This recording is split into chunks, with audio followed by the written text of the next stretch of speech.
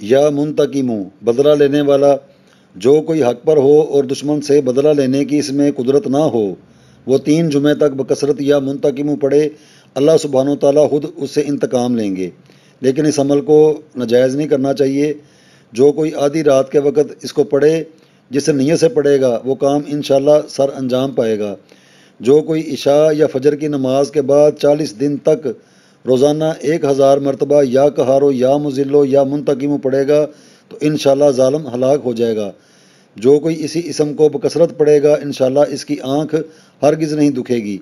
अपने हाथ के ऊपर दम करके तो इसको अपनी आँखों पे लगाया जाए। आगे इसी को ही विर्द करने के लिए इसी वीडियो के शुरू में इस चार्ट के हवाले से एक मालूमात दी गई है, उसको देख लिया जाए तो ये सारा समझ में आ जाएगा।